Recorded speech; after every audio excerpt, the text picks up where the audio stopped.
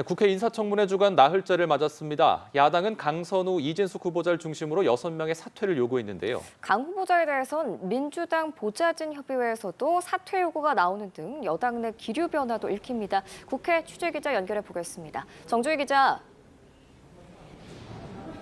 네, 국민의힘에서는 보좌진 갑질 논란이 계속되고 있는 강선우 여가부 장관 후보자와 제자 논문 표절 의혹 등이 제기된 이진숙 교육부 장관 후보자를 포함해 6명의 자진 사퇴를 요구했습니다. 송원석 비대위원장 겸 원내대표는 청문회가 갑질, 논문 표절, 부동산 투기, 음주운전, 주정 논란 등 문제투성이 후보자들로 가득 차고 있다고 비판했는데요.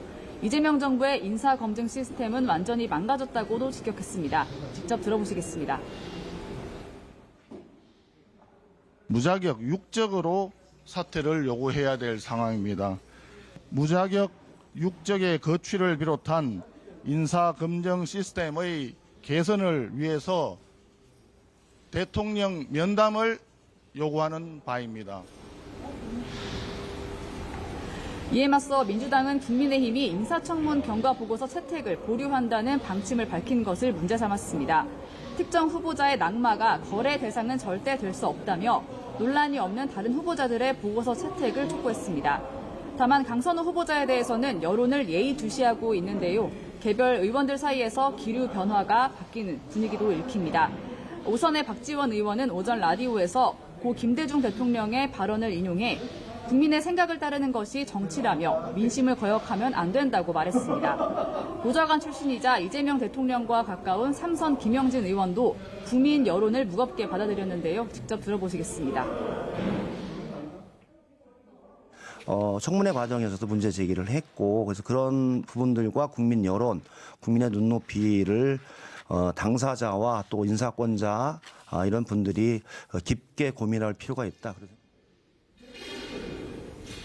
이진숙 교육부 장관 후보자에 대해서도 사퇴론이 여당 일각에서 나왔는데요. 김상욱 의원은 아무리 이공계 논문의 특수성을 고려한다고 하더라도 교육부 장관 후보자로 적절치 않다며 후보자가 대통령에게 그만 부담을 줬으면 한다고 밝혔습니다.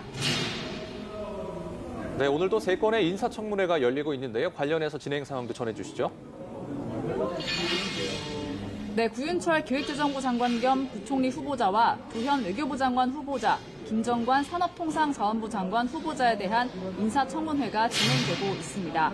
가장 큰 관심이 쏠리는 인물은 국민의힘이 무자격 6인 중 하나로 지목한 조현 외교부 장관 후보자인데요. 조 후보자는 땅 투기 의혹, 아들 갭 투자 의혹 등을 받고 있습니다. 외교 안보 현안에 관한 정책 검증도 날카로웠는데요.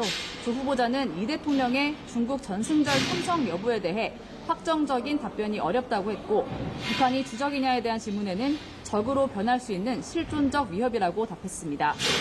구윤철 후보자의 경우 2022년부터 2024년까지 서울대와 대한체육회 등에서 2억 6천여만 원의 보수를 수령했다는 겹치기 급여 의혹을 야권에서 제기하고 있습니다.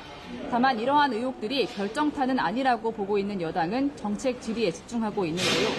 구 후보자는 전 정부에서 낮춘 법인세율을 원상 복구해야 한다는 지적에 대해 종합적으로 적극 검토하겠다고 밝혔습니다. 지금까지 국회에서 연합뉴스TV 정주희입니다.